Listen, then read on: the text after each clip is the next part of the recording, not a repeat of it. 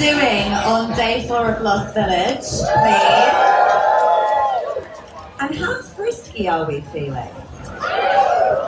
I know it's tricky, you haven't showered in 4 days, you know, it's late nights, early mornings. I just want to say another huge thank you and big up yourselves for showing up every day in the Talk Stand, for being so engaged, for being so curious. I super appreciate it. I'm Kate Hutchinson, I'm a journalist, DJ and broadcaster, and I've sort of been unofficially hosting this all weekend, and I hope you've really enjoyed it. But I'm really excited about this next talk, mostly because I'm very confused and I don't know what's going on, so I'm hoping that this is going to demystify a lot of things for me. It's the ultimate guide to non-monogamy. Please put your hands together for Polyphilia, DJ Polyamoross, and Almaz Ohene. Polyphilia is a polyamory influencer and blogger. She's been polyamorous since 2016 as a trainee therapist and as a film consultant. This feels like the blind date bit, doesn't it? Like, I'm R. Graham. And Polyphilia is written on top. It's like my favourite, How to Be a Unicorn. And she's also the host of the podcast mini-series Happy Poly Days. In the middle here, Polyphilia. DJ Polyamoross over there has the best DJ moniker at Lost Village and specialises in, I love this, genre-fluid non-binary beats and sex-positive sounds. And the wonderful, I almost fell off the stage then. The wonderful Almaz Ohene is an award-winning multidisciplinary writer and creative working across sexuality, education, journalism and branding. And she writes and speaks on everything. She's fabulous. She's also looks incredible and sparkles. Please enjoy.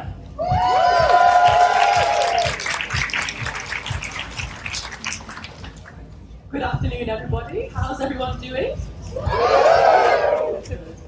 So, before we get started with the talk, we were just going to do a little temperature check about who's in a monogamous relationship and who's thinking about maybe exploring something different. So just hands up if you're in a monogamous relationship.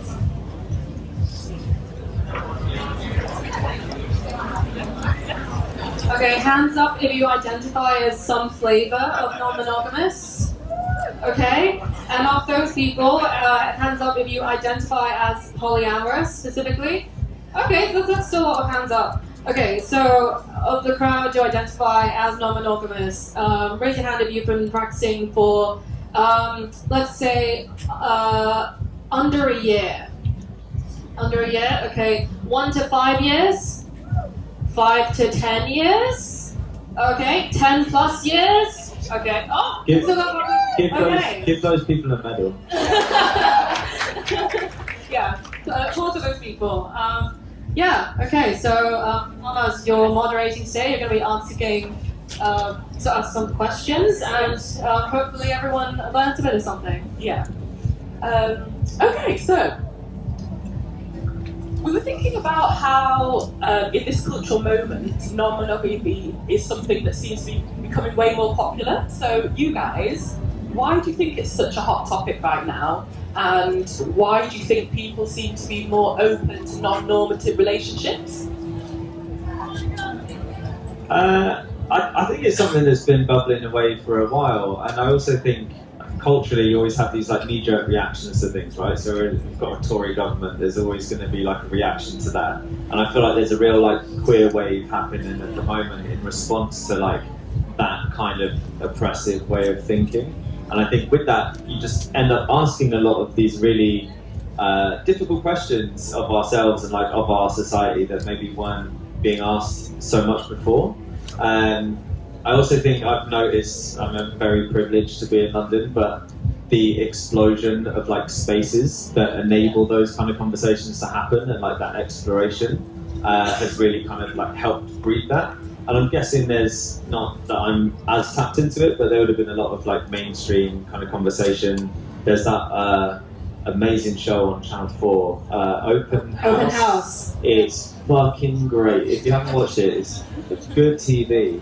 But also like gives, from my perspective, like the first real insight to like what like speed dating polyamory looks like, and just like seeing couples effectively go through the process of trying to open up their relationships, and what those emotions are that you have to tackle, which are different for every single person. Yeah. Yeah, I would agree with that. I think, I think the queer community and I think to an extent the kink community as well have kind of paved the way for greater acceptance of anyone who's living like a non-traditional life. I think like 50 Shades of Grey, for instance, despite being awful kink representation, did start the conversation for just kink awareness in general. And I think there's more and more media, both good and bad, that has been, just kind of getting the conversation started and getting people thinking and talking about non-monogamy. I actually think the pandemic was like a really, really big factor in why non-monogamy became so much more popular. And and I think it's partly because like I think a lot of people were on social media, and then I started my page around that time, and honestly, like it was really shocking just the number of people who were interested in learning more about like queerness, neurodivergence, whatever. And I think the pandemic, because so much changed, like everyone went through so much emotional upheaval. I think it was just such a collectively traumatizing experience. But also, I remember very vividly the specific restrictions that were applied to households and making you realise as a polyamorous person, you're fucked. Because it's like, oh, so you can only date or like stay in that one partner's house, and it's like, well, that's so fucked up. I've got 3 partners. Like, don't make me choose. That's the whole point. You're not supposed to. Yeah, I think a lot of polyamorous people were definitely shortchanged during that period, but also like a lot of people in monogamous relationships. And just people from all walks of life, because when everything started kind of falling to pieces, it's really an opportunity to reinvent yourself, right? So many people started businesses during the pandemic. So many people came out as gay or trans or realized they had disability that they didn't realize they had before. And I think non-monogamy was like kind of part of that wave, like people having that time for introspection and self-discovery and wanting to try something new because, there was no better time to do it. And so I think the pandemic was a really, really big part of that. And I think people kind of came out of the pandemic a very isolating experience for many, seeking community, seeking understanding, seeking more kind of liberation. I think a lot of things kind of culminated to make non-monogamy just. Yeah, I mean those sex parties were busy when the pandemic ended. Okay, so what is ethical non-monogamy, and what are the ethics around this? So should we describe the differences between ethical non-monogamy and, say, something like swinging? I can take this one. Broadly speaking, I kind of categorize non-monogamy into it's an umbrella term that encompasses anything that isn't monogamy, and I categorize it as 4 different types of non-monogamy, varying in stages of openness. So I think on the type of non-monogamy that's probably closest to monogamous is monogamish, where you're mostly primarily monogamous, but you might have a whole past where sexual activity outside of the relationship is the exception rather than the norm. So you might on special occasions have a threesome or go to a party together or something like that. And then further along you have swinging, which I think is a term that's not as used as much these days, but is basically where couples go to have group sex recreationally, either with other singles or other couples. So that might look like threesomes, foursomes, orgies, sex parties, whatever. It feels dated, but actually I think it's super relevant now, because I think swinging is where most people will probably find themselves now, I feel. Yeah, I think lots of people start out with group sex, and then, because I think a threesome is a very common sexual fantasy, so then I think a lot of people start there as that kind of gateway. And then we have open relationships, which is where, it's still kind of romantically monogamous, but sexually non-monogamous, where both members of a couple can kind of explore casual sex on their own as well as together. And then finally polyamory, which I think is how all of us identify. Polyamory is the one type of non-monogamy where it's total non-exclusivity romantically and sexually, and within that there's like subcategories of polyamory, but that would take me the whole day to explain, so we'll stop there. Like before going into that rabbit hole and just going back to the open house thing, one thing you really recognise is that there is no playbook for like being ethically non-monogamous. Like it's completely bespoke to like you and all of the varying dynamics of your relationships that you have. And like having a show or having a situation where you can see people work through the consent that needs to be given around each and every part of that relationship is an ongoing conversation that you need to have with everyone that you're involved with.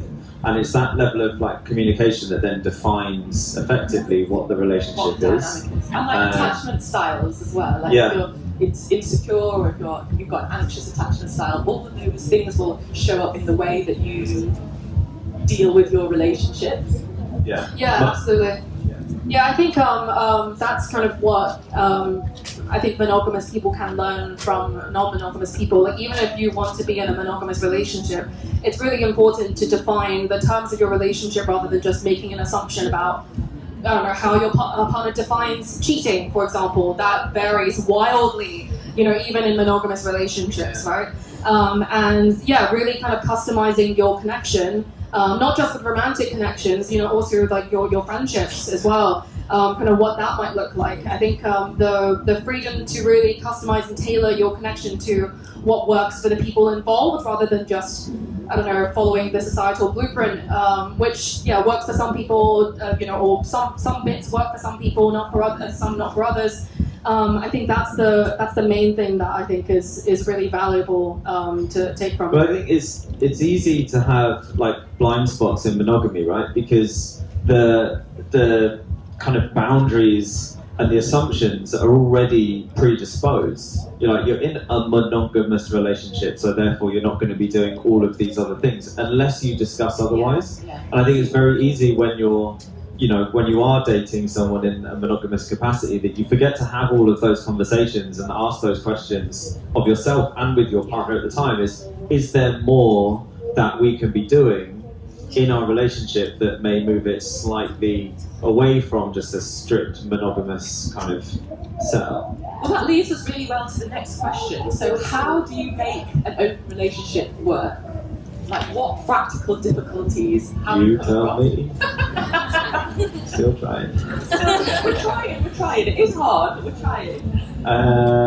Communication. Yeah, like, communication. Fucking, it's got to be. Like, it takes a lot of effort. I think you have to be a certain type of person. I don't know. I think there's two schools of thought. One is that you are like naturally in like polyamorous, or you're naturally ethically non-monogamous, or the other is that you kind of choose it later.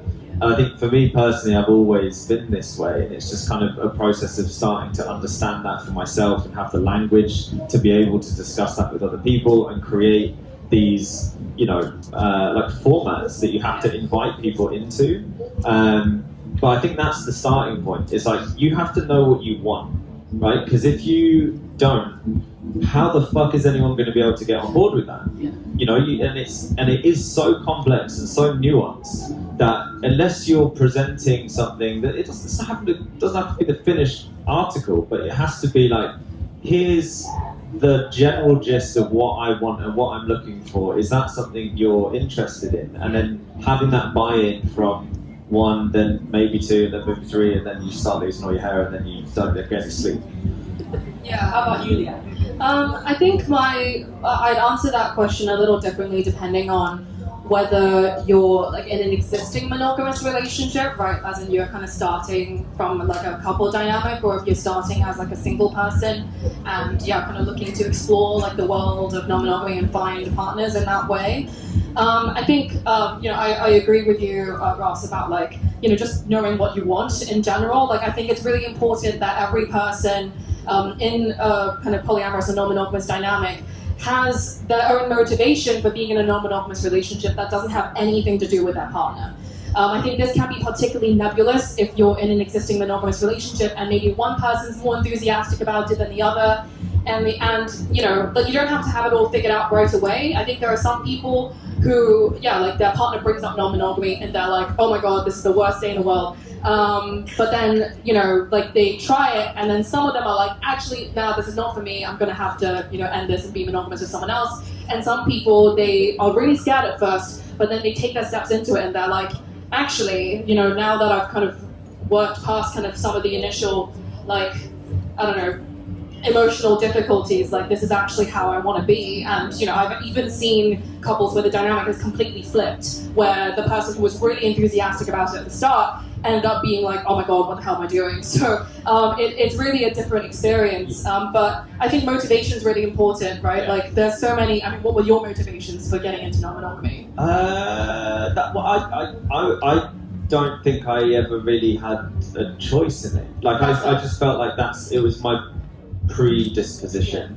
And like from my first relationship, which was a long distance relationship, it forced you know, the conversations around and the practice around ethical non-monogamy, because oh my god, same. we live in different fucking countries. Yeah. There may be a pattern in my life. No, the long distance to non-monogamy pipeline is real. Yeah. Steer clear. It's you know, I think having something like that, a catalyst for having to have those conversations effectively is all it is. But, you know, willingness, commitment, communication, like that's really it. And then you kind of figure the rest out along the way. Yeah. But also, I think the, you know, the perception of what a relationship is in an ethically non-monogamous viewpoint, I think is very, very different to how it's viewed in monogamy. So like, it's okay to have partners that don't last that long, as long as it's enjoyable. Like, have fun for as long as it lasts, and then if things change, circumstances change, I think we're far more adapted to being able to let those things go and like wish that person well. And I think that's the like fostering of compersion that has to happen when you are ethically non-monogamy. Compersion is, yeah. So I was going to say compersion is the feelings of happiness for your partners experiencing other relationships. Yeah, or just experiencing joy. You know, it's like and again, this is where the reality can be so different to what you imagined. Like in the moment when you are seeing your partner getting fucked by someone else, and you know that you've been thinking about that for months, how are you going to feel then?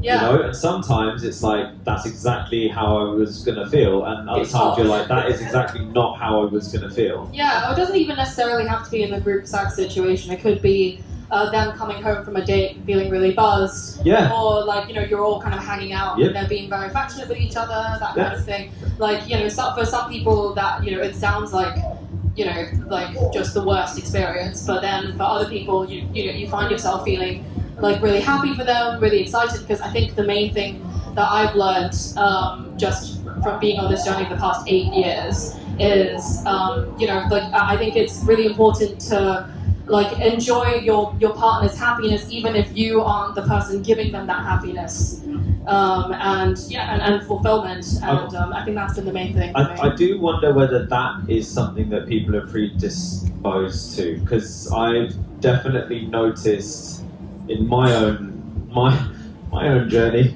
some people got it and some people ain't. You know, it's like some people feel a very like an abundance of compersion. You know, and it's like, I think that is something you can work on and you can foster. But I think if you're coming from a place where that is not something that comes very easily to you, I think you're probably looking at an uphill battle, if I'm going to be honest. And you have to be really fucking ready for that. Yeah. That's like serious growth. Like that's breaking your shit down and building it back up again to a place where you feel more at peace, more at ease, more confident, you know, less insecurities, to be able to say, as long as they're having a good time, I can support that. I'm still going to be boundaried and communicate what I want and need, but that whole thing there is like can be really tough. Yeah, I think that's something important to kind of hammer home at this point, which is that like I think there's a misconception that like every polyamorous person is trying to get everyone else to be polyamorous, and I think like some people might be, but like for me, like my goal has always been, to have polyamory and non-monogamous relationships like recognized as like an equally valid relationship style, and also for monogamous people to also have a look at their own relationships and just make sure that you are practicing like what actually is kind of fulfilling you and working for you. Like just getting everyone to kind of consider their options, basically, like in the same way that if someone is straight and goes on a journey to explore their sexuality, or they're cis and they explore their gender identity, and they come out the other end of it and they're like, yeah, I'm still straight and cis, I respect them like a whole lot more, because I know that they've really kind of gone on a journey and come to like the conclusion that they're sure about who they are and who they want to be. And I hope the same can happen for relationships as well. So then, well, I don't know where this is going, but I think maybe it's kind of in one of the other questions, but I think the way that you start that journey, I think if we're coming at it from a place of exploration, right? So to maybe the people that are more curious or haven't quite gotten there yet, but would like to, the idea, and this is that I have this with. This is the main conversation you have with someone who's like never explored ethical non-monogamy. They're like, they just go straight to the sex. Yeah. You're like, you don't have to do that. Like, go on a date. Like, go and hang out with someone. Like, if you're doing it with your partner, if you're doing it on your own, there is a courting process that doesn't just get like fucking thrown out the window because you're now ethically non-monogamous. It's like, there are so many steps that you can take where you're constantly just like gently testing your own like pressures and sensitivities around those things that give you the opportunity to like figure out what you want. And so I think, and that's the thing. Maybe that's what Open House didn't do so well. Is they're like kind of, we're here to fuck. And it's like, well, no, like get to know, or, yeah, maybe, but get to know the people first and like spend some time together, and like that's a way of exploring that. Like dating together is a good way to like nudge the door open a little bit. So to round off that question, communication, consideration, motivation, willingness, yes, resilience, yes.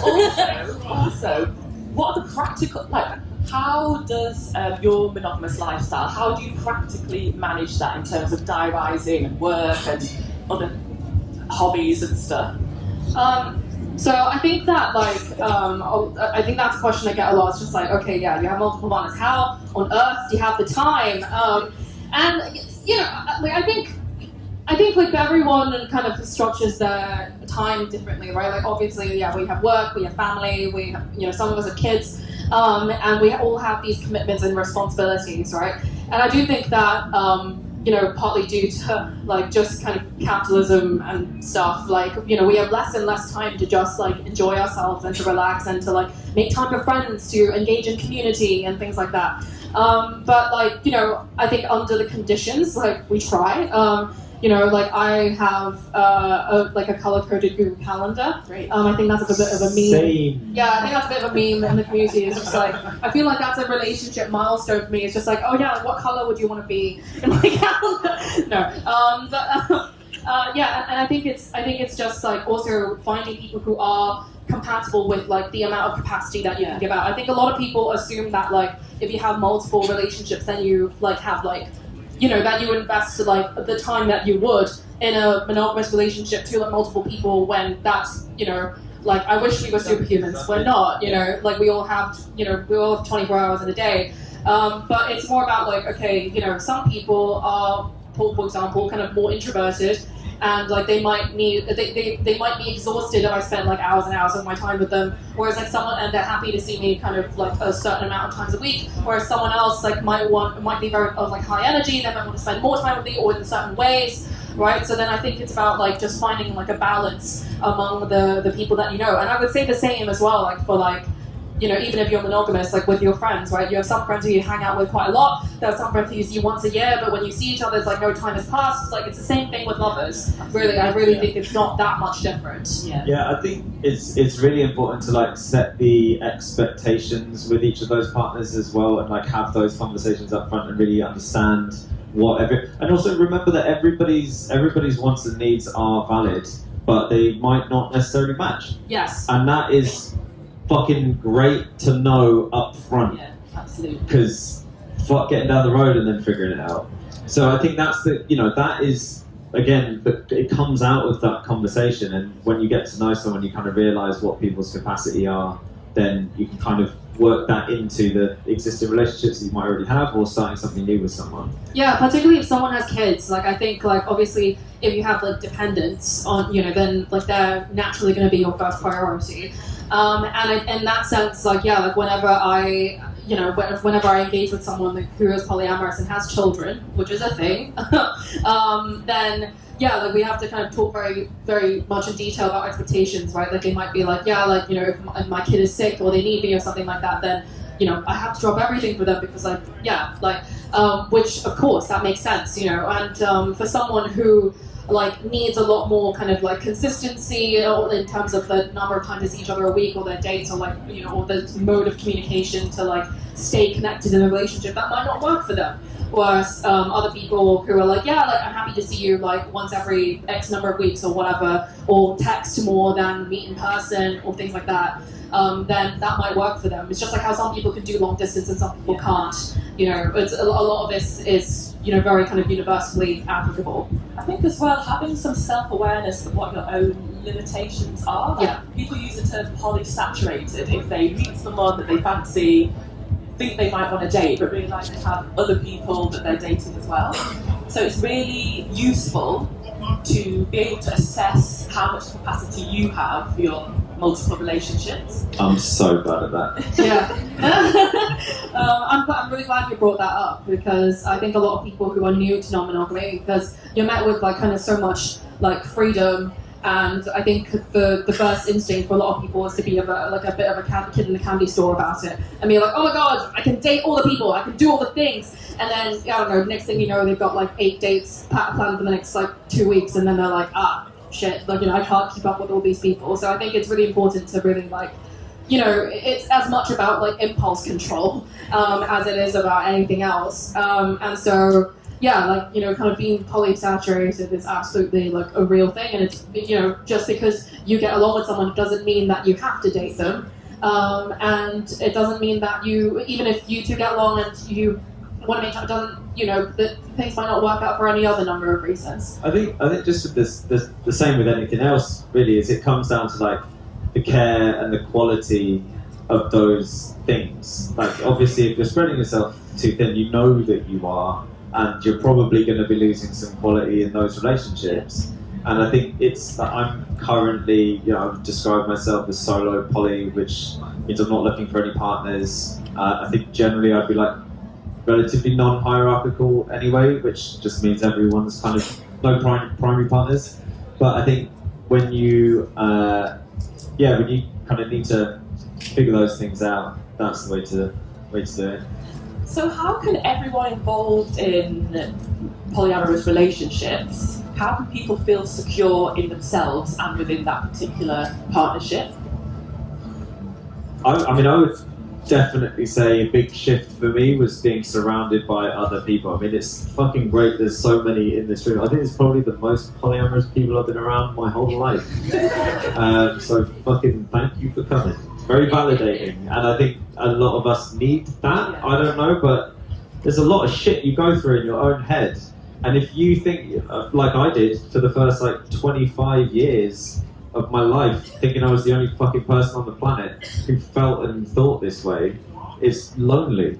So it's nice to know that there is a community of people that are going through the same stuff, and surrounding yourself with those people and sharing those experiences and just knowing that other people are going through the same shit really helps.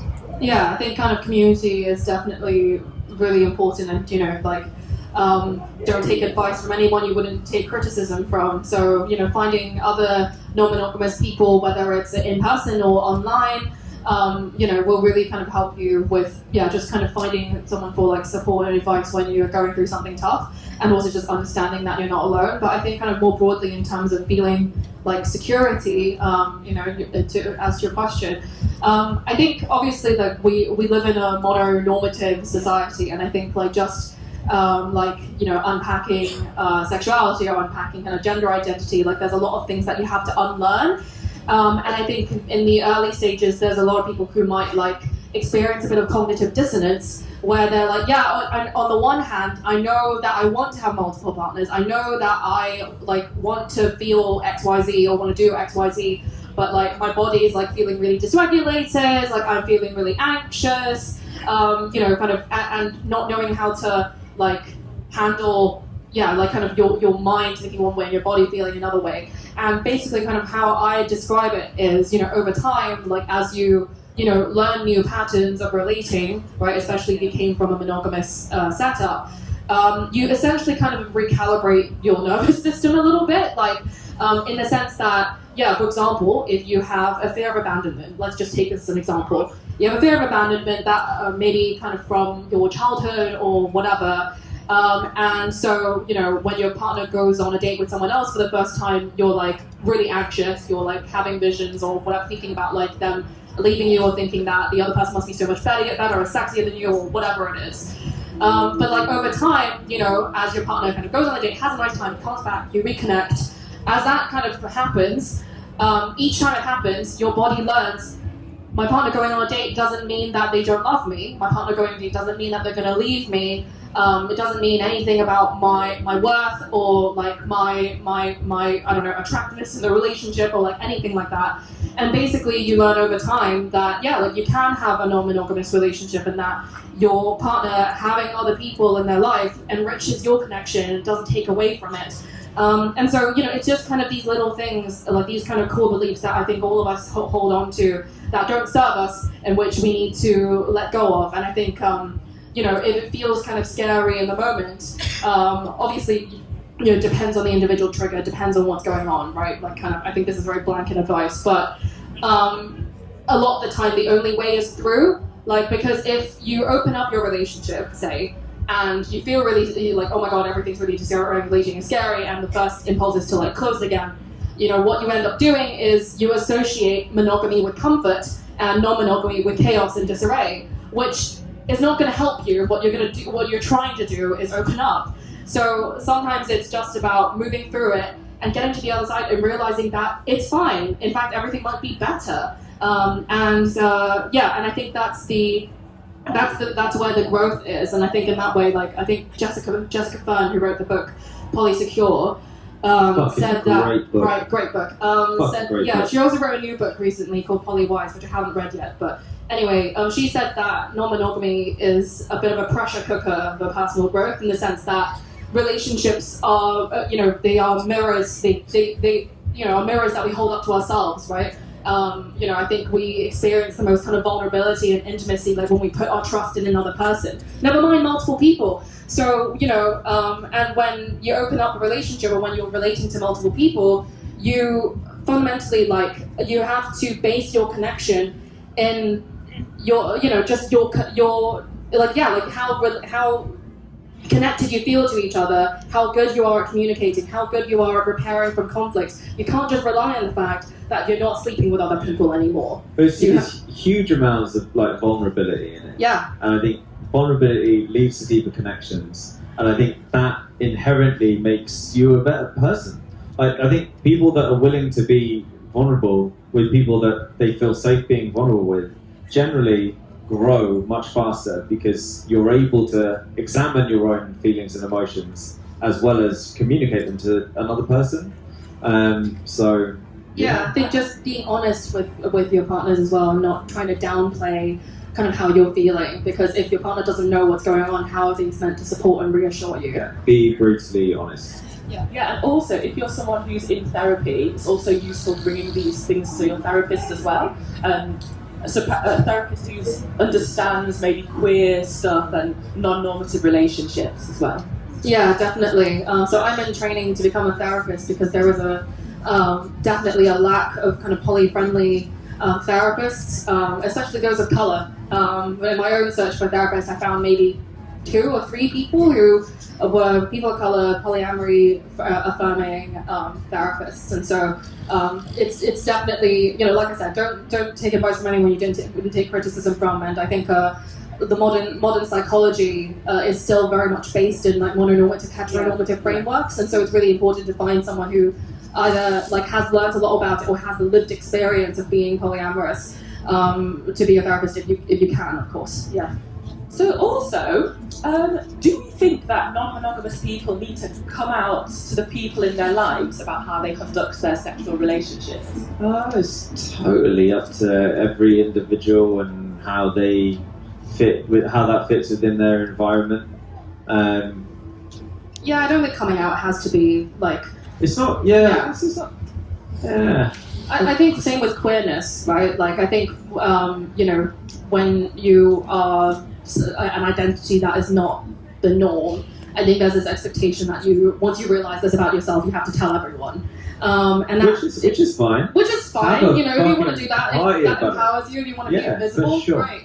But also, some people might be in unsafe situations, or like they want to kind of come out to the people that they trust and who they know will kind of validate and accept them, rather than like trying to convince someone to like affirm your validity, like as a person existing, which is not a fun time. And so. If I think in terms of like do non-monogamous people have to come out? No, just like anyone doesn't have to come out about anything. But in terms of is there stigma against non-monogamous people? Are there lots of misconceptions about non-monogamy that lead to a fear of people like talking about it and mentioning multiple partners at work or whatever? Like for instance, absolutely. Yeah. There's so many misconceptions about I also non-monogamy. think that, in a very practical sense, how to convey that to like friends or family when as we've already described, like each unit or each set of dynamics is so nuanced and complex. How it's difficult to kind of show up and be like, this is person X, they are X, Y, Z, and the rest to me, and this is the other person who are all of these things to me. It's like it can get so complicated, and you're not necessarily talking to someone that understands any of it. So I can understand why there would be a lot of like holdback. I mean, I'm kind of, I don't know. I'm manifesting a sort of throuple situation for my life at some point, and I think that will be a really interesting. Like, I think I'm quite lucky. I don't think even my parents will care. Yeah. My coming out journey has been like a process.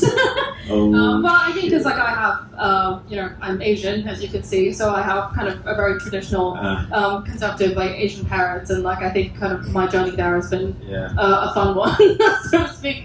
I think I'm out to everyone, but I know a lot of polyamorous people are out to close friends, but maybe not at work or to family, depending on their circumstances.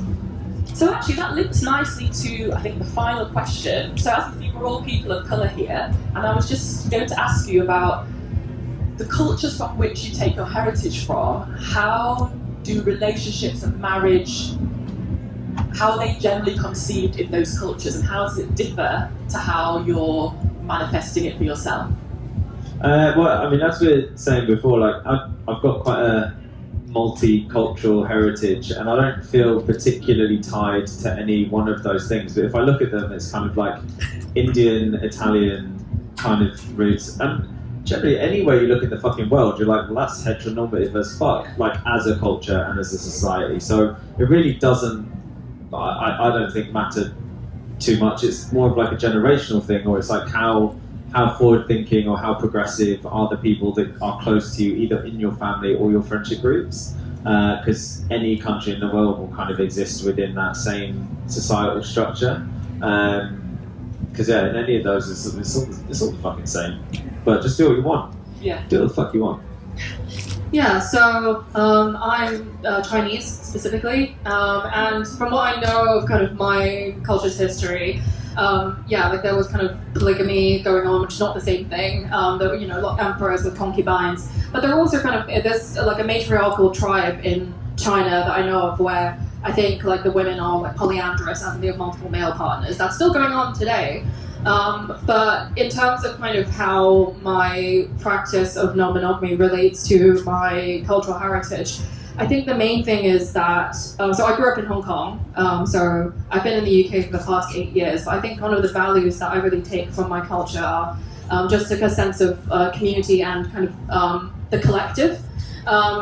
It's very common where I'm from for children to be raised in multi-generational households, right? Like, you know, the kids and their parents and grandparents and aunts and uncles and whatever, kind of helping in to raise a child. It takes a village, and you know, to me, like I aim to take a very similar approach. You know, myself and my one of my partners, like we don't plan on having our own biological children, but like our other partners do, and so you know, we want to kind of like raise their children like in, you know, like a mini village sort of, like, because I think that now with like capitalism and the nuclear family, it's simply unsustainable now for just two working parents to be raising their kids like on their own. So many people reach out to family. So, you know, why is it so different if the people involved, you know, are in relationships with each other? That's what I've said. Thruples is the way forward, man.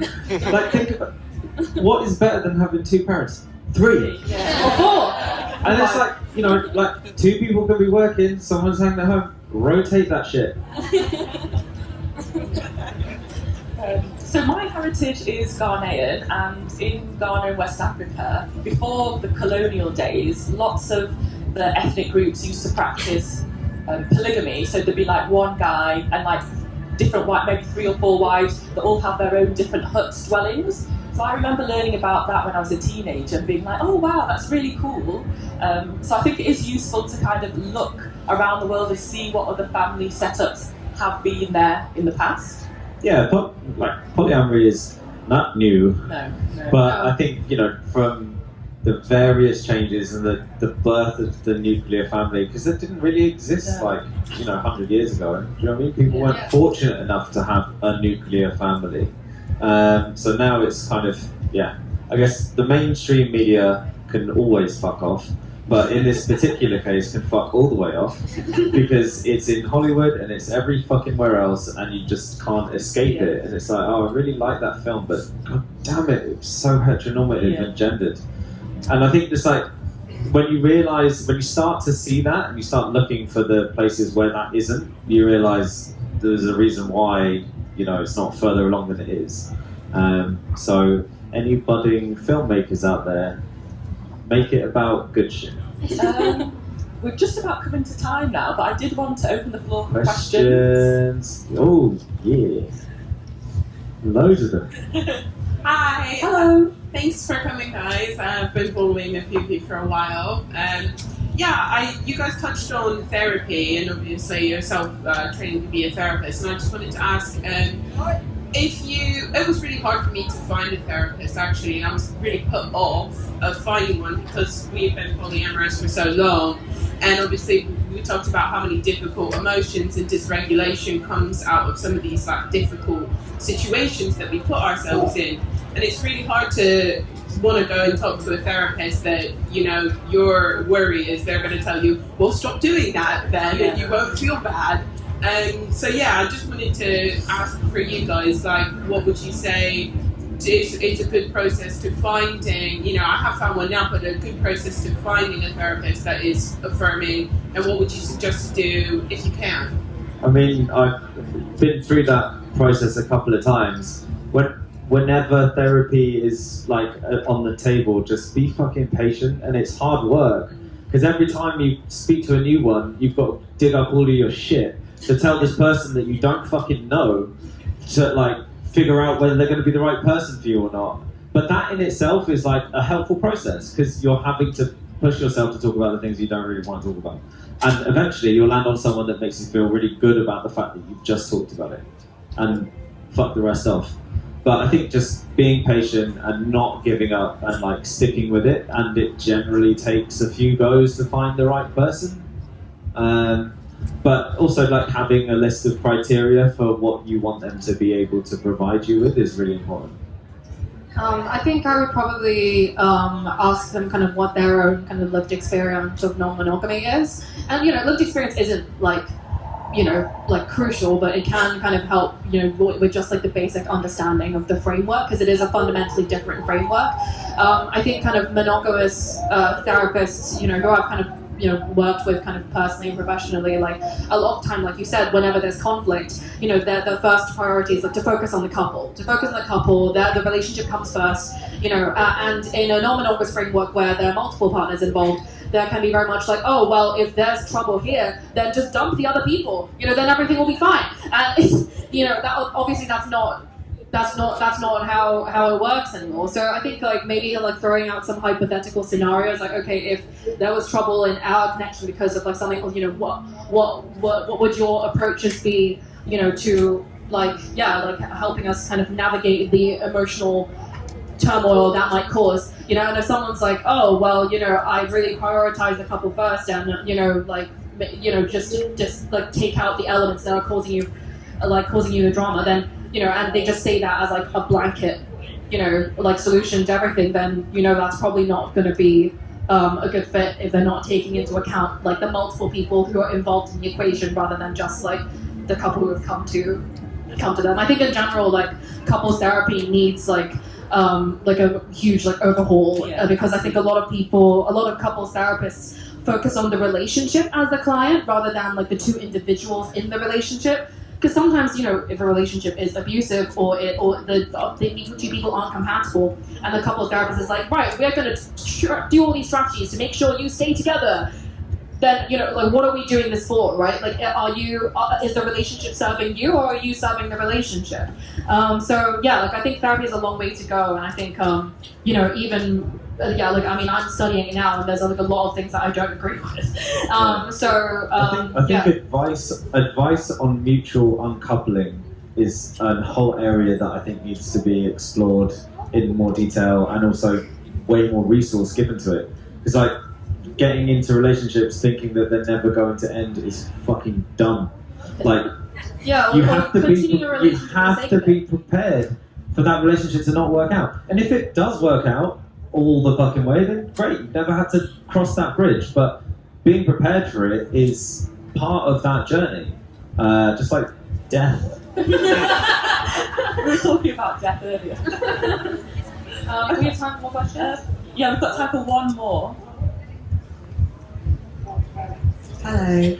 Hello. I apologise now because I've actually come across my voice since this weekend. But it's actually a question for, can you hear me? Yes. It's a question for Leanne. I just wanted to, first of all, commemorate you for coming out to your parents and the family. I'm also from Chinese heritage. I'm not assuming that my experience is the same as yours, but I related to a lot of things that you were saying. So I think it's really brave and a lot of shame, and I think that's great. So there's that. Take your time. And then the other thing I wanted to say as well was, what struck me was, so I'm a parent of one little child, and the way my partner and I see it is it's kind of an open and closed door. And thankfully we're mutual, so we kind of agree that we don't have the capacity to face the other people right now. Our priorities are kids. But I wanted people to think more about that, because you said, you knew people who have children and it is possible, and you mentioned, it's all about communication and saying the child's needs comes first. I just think it's more nuanced than that. Like, there's the whole mental load of being a mum, and like, I wonder if you could share a bit more experience about how it actually does work.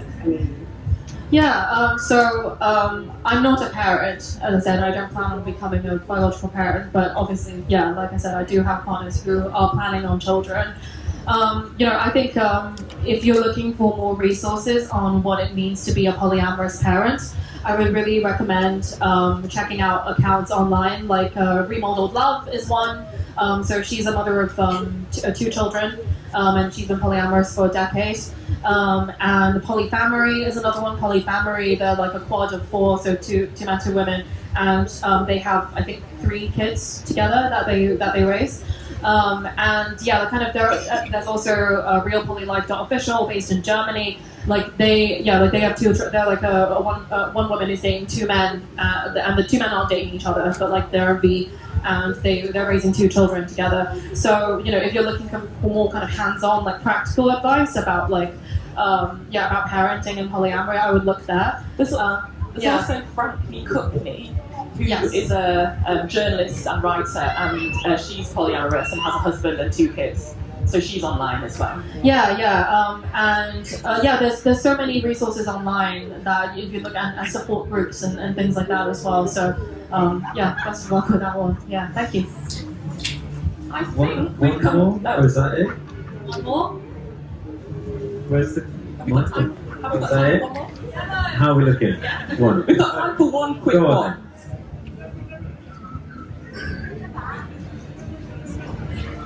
one. So you mentioned the stigma around non-monogamy, and I just thought it was interesting because we're looking at this tent. It's quite a sort of busy tent. People standing up at the back. It's because it was raining. No one cares about this shit. And you've got like now traditional dating apps. Like you can actually say that you're non-monogamous. Field. Who's on field? Who's on field? Alright. Swipe right. It feels like I guess there's more awareness around how you choose to love someone. Yeah. And do you think that this is something that do you think in the future, like how far away do you think we'll get to a point of like normalization, let's say?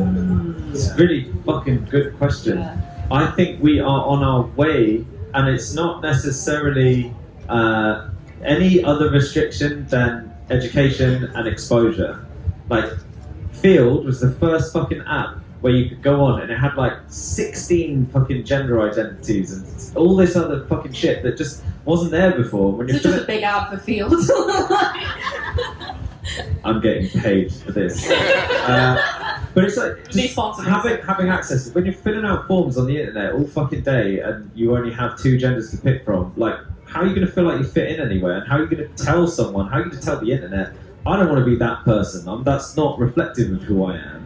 So I think that in itself, and just that conversation happening at a wider level through things like, dating apps that allow you to be more eloquent about how you see yourself and how you want to present yourself, and then effectively it's communicating that to other people, and it's just a good framework to do it within. So I think that has sped up the normalization process. I don't think it's ever going to be fucking normal, let's be honest. And I think people that have the capacity to enjoy polyamory or ethical non-monogamous relationships are a small portion of the population. Like, I'm going to say no more than 10%. I don't know what the actual fucking stat is. 10% is correct according to US studies. Pluck that one right out of there. But you kind of feel it. It's like, unless you're in these spaces and unless you're going to these events, you don't really encounter that many people like day to day who are doing that. And that's kind of, I think, quite telling. But that doesn't mean that it can't be normalized just because we're not the majority. And I think we're not the majority because most people can't do it, or they don't have the willingness and the commitment and all the other things that are required to do it. And that's okay. I think it's just people need to understand what the fuck it is we're talking about. Yeah, I think just kind of go back to what I said earlier, like we're not trying to get everyone to be polyamorous, we just want it to be recognised as an equally valid relationship option. In terms of how far away we are, I don't know. I mean, I thought we were fairly far along with kind of gay rights and trans rights, but look at the state of, trans rights in the country right now, right? Like, look at that. So I don't know, I feel like we'll have to kind of take a couple steps back to kind of move forward and things like that, and I think it's going to take a while, but education is the way forward, and I think normalizing just the fact that these relationship styles exist on like dating apps and news articles and just getting the conversation started is hopefully going to pave the way towards like a more accepting world where people customize their connections, whether they're monogamous, non-monogamous, or whatever, and really tailor to the people involved. And it starts with you, right? So go forth and tell people that you don't know what you want in a relationship, and if it is anything that's outside of the normalized monogamous thing, you're doing a job in precipitating that conversation. So be sure of it in yourself, communicate that to other people, have really fucking generally hot conversations, because when you start going down there, that's where it gets really fun. And it's like, just do that more. We are actually going to have to wrap up now. But thanks everyone so much for coming. I'm waiting for the bubbles. You all look fantastic. Go and have a lovely time. Enjoy the rest of your time.